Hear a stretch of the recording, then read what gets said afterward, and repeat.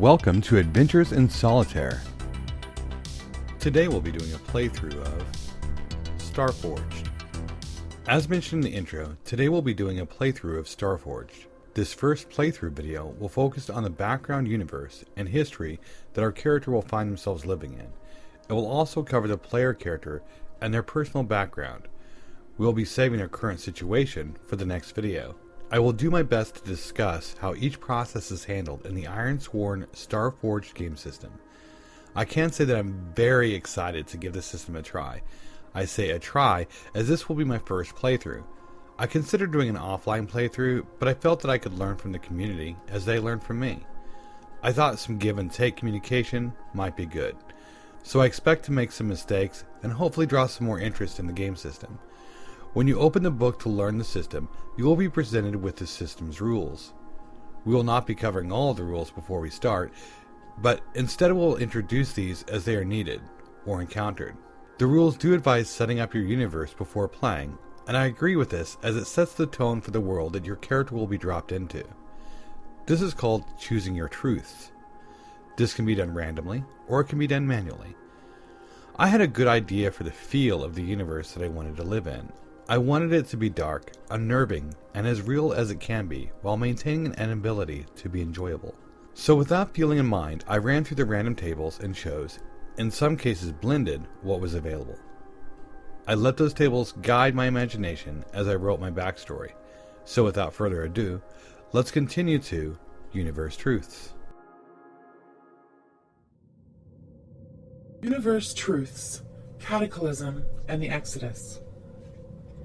When humankind developed FTL technology, we soon settled a dozen worlds in our local area of our galaxy. We established bases or outposts, star and ground, on many more. All was well until it was not, and factions began to form. With factions came disputes, and with disputes, eventually, war. Technological research advanced for the purpose of war. A new faster-than-light FTL propulsion method was discovered during this time of rapid wartime research and development. This innovation would not stay in the hands of one faction or another for long. This age of advancement would continue. Borders would shift back and forth with no readily apparent gain. As escalations continued, this new FLT technology was fast-tracked and saw major use by any faction or government that wanted to remain a legitimate power. Then, it started. Slowly. Dock workers and deep space salvage crews talked of people gone mad or entire ships disappearing or left derelict. As time passed, the stories became more gruesome and frequent. It wasn't until one of these rumored incidents changed the course of a deep space naval battle that the stories were made clear. The Earth Defense League, EDL, sent out an entire flotilla equipped with the latest state-of-the-art version of this new FTL technology, now dubbed Dark Shift Drives. The fleet was sent to engage with a rival faction, the United Freedom Federation, or UFF. After the ELD emerged from dark space to engage with the enemy fleet, the UFF command and control ships made record of a range of strange spatial anomalies. The EDL ships emerged in apparent disarray. Some of the ships seemed to be adrift. Others maintained odd flight trajectories that defied normal wartime fleet maneuvers. It took some time for the UFF ships to make contact with their EDL enemy. What they received was broken communication, distorted, they thought, by observed spatial anomalies. They received images of panic and pleas for help or backup. Then came the on-screen images that changed everything. Their enemy turned on each other, and the UFF. Though the UFF would win this engagement, the future of the human race was irrevocably altered. Something was wrong with the FTL drives. Major system-wide news networks began to show these gruesome incidents in garbled videos as they were smuggled past corporate, government, or military channels. The deep space sailor stories were now made manifest. They were no longer stories or monsters on the edge of some map. However, despite public concern, this did not stop the use of these advanced and cutting-edge drives. As time went on, the anomalies discovered during the EDL-UFF dark space incident became more frequent and concern grew across civilized space. New FTL flight paths were planned to avoid what now seemed to be permanent areas of disturbed space-time. Missing ships began to return from the deep void of space and would launch seemingly random attacks against any target of opportunity. These attacks had no evidence of planning or strategic calculation. By the time governments began to pin down the problem, it was too late. What was once random now became intelligent and coordinated attacks led by their former crew. But they were crew by face and limb only. Those ships that still had crews, or what remained of their crews, had been taken over by some form of intelligence. This intelligence was able to utilize shipboard AI and smart systems to salvage the crew and raw leftovers of long-dead crew. Images now shown from video news desks were images of grotesque amalgamations of man and machine. Faction fleet supply lines become tested year after year, then, eventually month after month, as these dark space monstrosities continued their attacks and advanced their strategies. It was clear to all of civilized space that something had to give or all would be lost. There were not enough resources to counter the losses by the various governmental forces and ragtag civilian militia fleets. The enemy only grew stronger with each new vessel it captured and modified to suit its needs. In the background of all the noise of news of war, other discoveries were made as well. The most notable of these discoveries was a local globular cluster of stars that seemed to hover above our home galaxy. This cluster was found to have promising planets for habitation. In fact, it seemed to break most of what we knew about the genesis process for planetary life. It had too much life, at least if our data could be trusted. The data was hard-won as this cluster had its own anomalies. These anomalies made it hard to get accurate readings and measurements. With entire colonies gone dark and some governments in a state of collapse, the UFF sent out a message of emergency unity. They requested a gathering of governments to work a plan to use the anomalies of this newly surveyed cluster as a cover for a new start for the human race. This was a desperate gambit, but it was one that most nations, factions, and peoples agreed on. Small fleets were formed with the new dark drives to begin ferrying supplies and people to our new home. It was found that the larger the fleet, the larger the disturbance to space-time. Large fleets only seemed to feed the creation of anomalies and to hasten the takeover of civilized space. In addition, many private fleets and ships heard the call of Exodus to a new home. This led to much smaller groups or individual ships to make the jump themselves, many of which were ill-prepared for the hazards that would await them in their would-be new home. One final unanimous law was agreed upon before the first ships jumped to our new home. Once our fleet arrived in our new home, the dark drives were to be destroyed. It would become punishable by death to operate the new drives in our new home. Civilization in the Shroud Cluster. Civilization took time to bud within the now dubbed Shroud Cluster. The cluster provided cover for our species, while it took much needed time to establish roots and rebuild. After many decades of searching for new home planets, many colonists were brought out of deep stasis to start rebuilding. Though the number of habitable planets was relatively small, the ratio of habitable to barren planets was extraordinary. Few of the original factions were left with any manageable power structure, the EDF and UFF being among them. Between the big two and a few smaller factions and communities, planets were colonized and civilization started its slow progress to rebuild. Way stations, space bases, and outposts were also formed.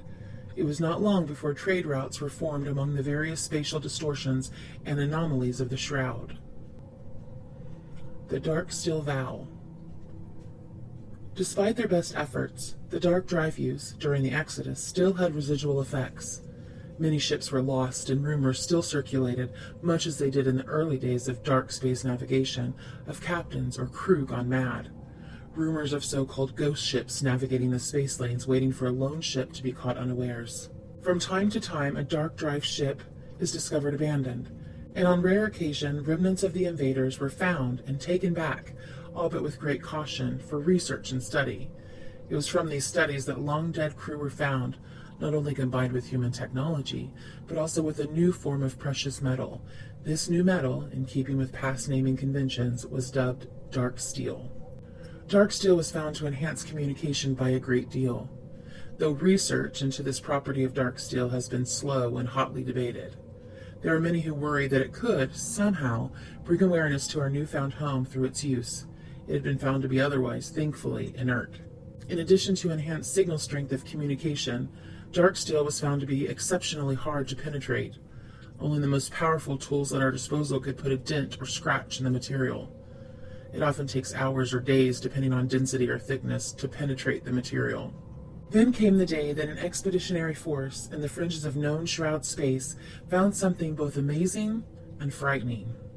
A large singular deposit of the rare metal was found on one lone moon. It would not be the last time one of these rare deposits were found. The deposits were always shaped and carved with strange effigies or symbols which defied any real attempt at translation. Only those with express permission were allowed to own or store these rare finds of our old enemy and our new home. It was not long before laws and strict codes were implemented throughout known space.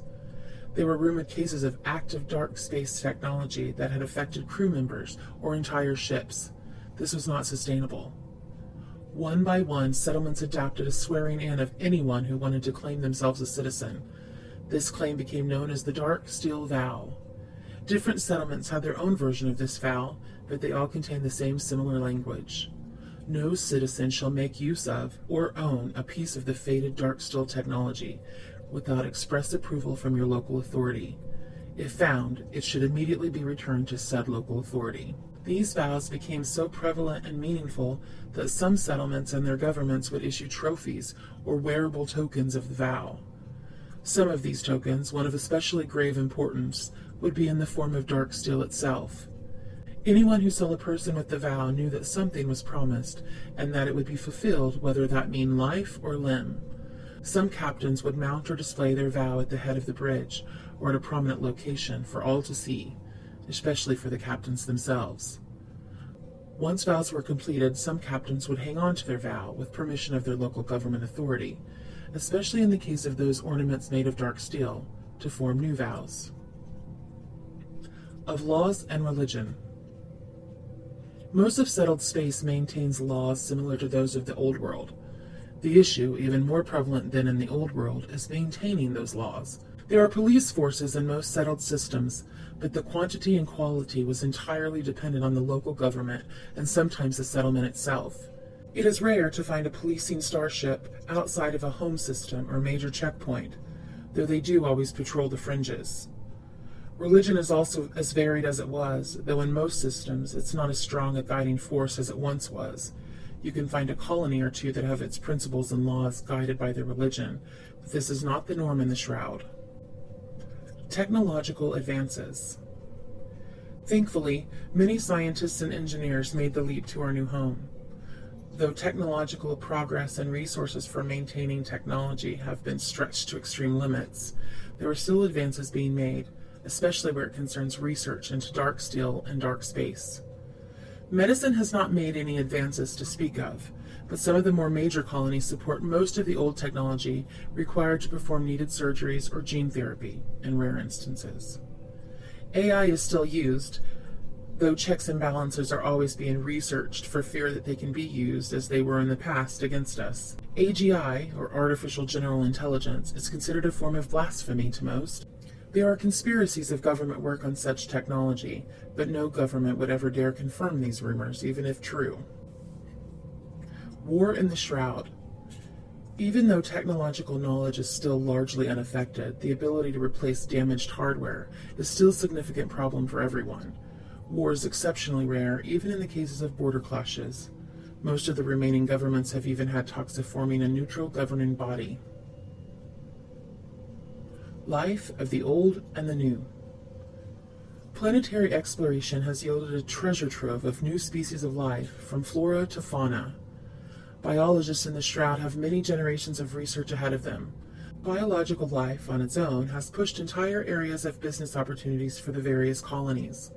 With the exception of one rare recorded case, dark steel relics have been found in those planets with the least amount of life. Although we're not made for the ecosystems of our new home, they are remarkably similar in a few cases. It's actually possible to remove airtight helmets in some cases for a time. Terraforming ventures were able to launch with record speed due to the close habitats of some of the more bountiful planets. Terrors of the Deep. If the deep space tales of ghost ships were a stretch, then so too would be the stories of salvage crew at the fringes of known space. Planetary discoveries have found apex predators of various sizes, but nothing that would be considered to be as invincible or horrifying as spacer crews would have one believe. Nonetheless, those same tales are enough to put some crews on edge, especially those whose careers involve deep space expeditions or derelict salvaging. Hope endures. In the old days, many were excited for the gold rush ahead of them when we developed the first standard FTL drive. Although it was slow, it still held the promise of new homes and new opportunities for families and businesses alike. The Shroud offers hope and opportunities that far exceed those of the generations that came before. Many colonists, businesses, and governments alike see the Shroud as one of the largest reset buttons mankind has ever experienced. Where darkness abounds, hope still shines its light. But hope, much as light, cannot cover all of the corners and shadows that still loom, slowly growing in the peripheral of this new civilization.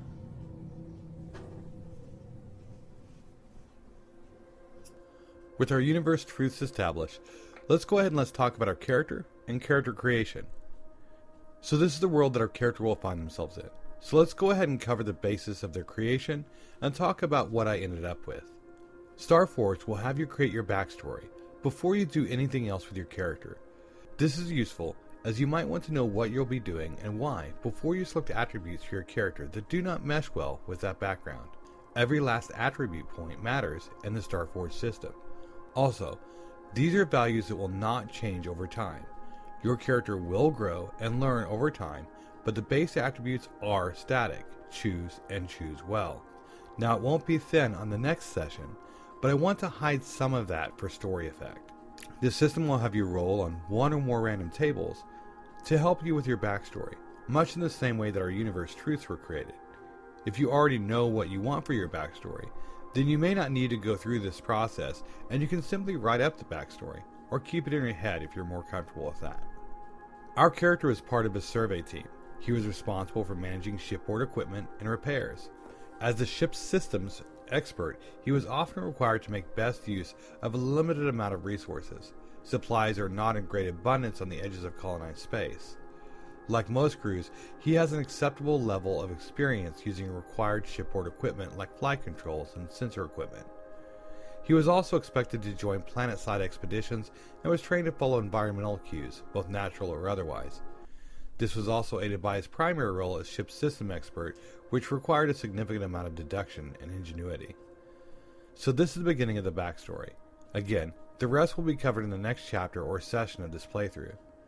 Once your backstory is chosen, you will be asked to choose two assets called paths. So we have two new terms, assets and paths. Assets are abilities typically printed out on cards that you can use to aid your character when making difficult check rolls. So as I mentioned before, your attributes won't change, but your character will grow and learn.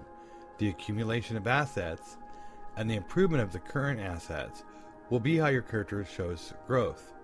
Assets can take the form of learnings or even physical assets such as equipment upgrades or even companions. Paths are a type of asset that is meant to show learnings or general abilities that your character has, such as being an engineer, for example. Our character starts with the scavenger and sleuth paths. The scavenger path will help our character when they are investigating wrecks, ruins, or general abandoned sites. In addition, they will also have the sleuth path due to their exploration, engineering, and natural investigation background. This path was also chosen due to the background vow that our character took based on the yet unrevealed portion of their backstory. A background vow should be chosen, though I suppose you could start without one and gain it later, at character creation. This is the overall life path or quest that your character has taken on. It will take many sessions, and even campaigns to see this fulfilled. It is even possible that your character may not see their grand vision or life goal completed before they retire. After we have chosen our paths, we will move on to receiving our starship. This is simple, as all starship assets are the same, at least at the beginning. Once we have collected our starship, we will move on to choosing our last and final asset. This final asset can be a starship module, which is an enhancement to our ship, companion, support vehicle, or path. Looking over the paths, you can see that we have the starship on the top left. We have engine upgrades, expanded hold, internal refit, missile array, reinforced hull, research lab, etc., etc. For support vehicles, we have things like exosuit or hoverbike or shuttle, maybe a rover or snub fighter. For paths, we have a great many options. In fact, I believe we have more options in paths than we do any other type of asset. You have ace, archer, artist, banner swarm, courier, diplomat, empath, gearhead, gunslinger, haunted, healer, infiltrator, lore hunter, and a great many more. From there, we have companions such as combat bot or banshee or protocol bot or symbiote. And we also have deeds. Though we will not typically start out with a deed, deeds are something that you'll gain through gameplay, through the various tasks or objectives that you may or may not complete. For the final path, my character will be choosing Gearhead, given his engineering background. Gearhead will grant us a benefit when we craft, repair, repurpose, or modify equipment or technology.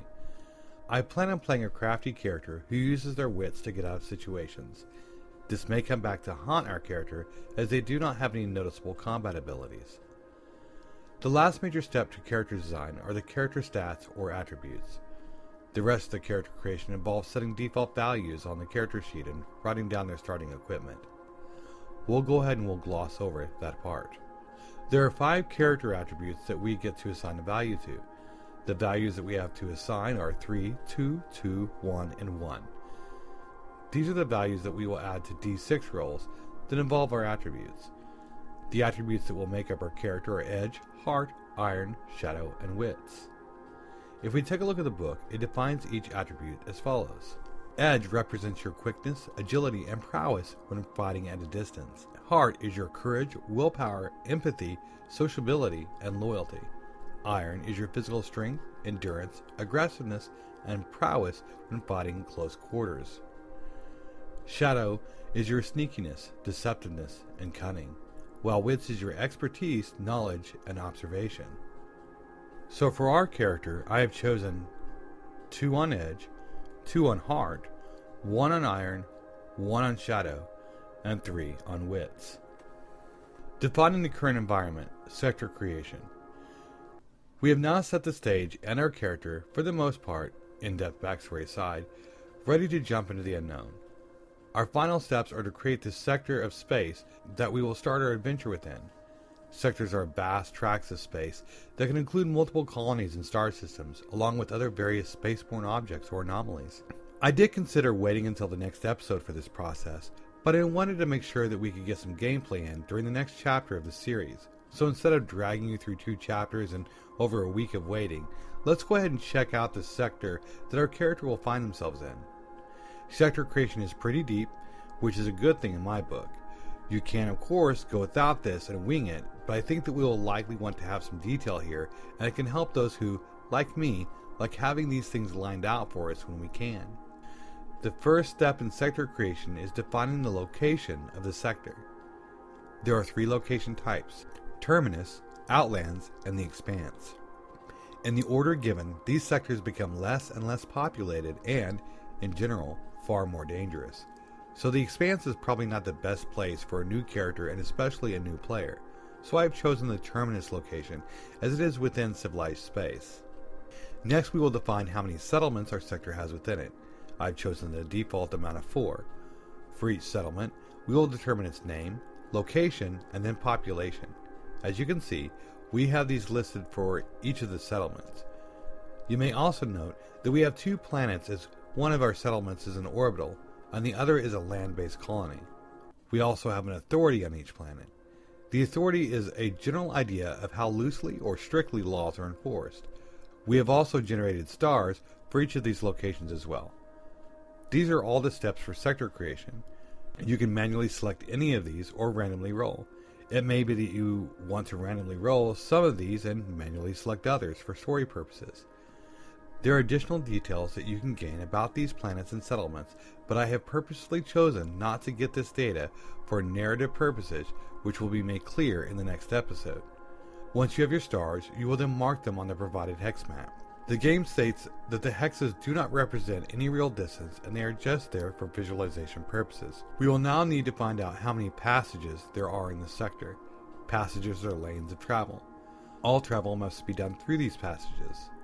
In my narrative, these passages represent the most common and safe routes through known space. It is possible to find other passages, but we are not worried about that right now. The book suggests 3 passages on average for a terminus sector, and we will create just that. You will then connect the stars in the sector together.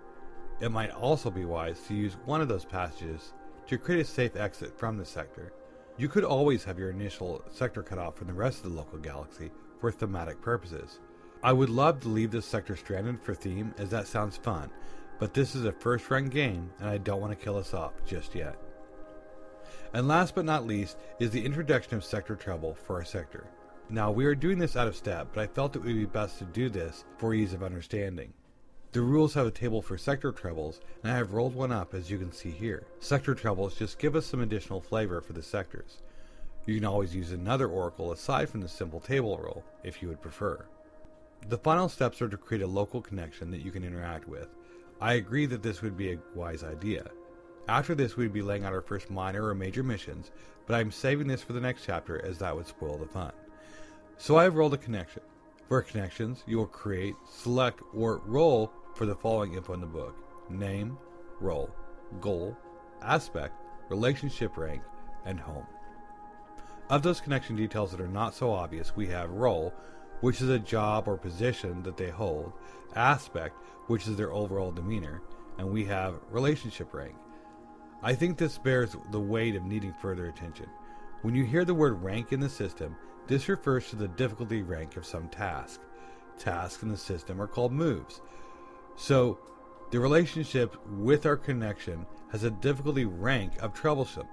You can also think of difficulty ranks as DC checks from D&D or other similar systems if this helps as a comparison. Troublesome, for reference, is a standard difficulty. We will go over difficulty ranks in more detail as we learn the rules, but I think we can leave that be for now. With that, we've covered everything that we need to start the next chapter or episode, so I think this is a good starting point. We certainly have an interesting first sector to play in. I am so very excited to see where the story will go once we are finished with the initial setup. I will begin working on the next video as soon as this first episode is up and ready for viewing. I hope you enjoyed it so far, and I look forward to your feedback. So, with that said, if you watched all the way through, or not, either way, thank you so much for watching, and I look forward to seeing you soon. Thanks.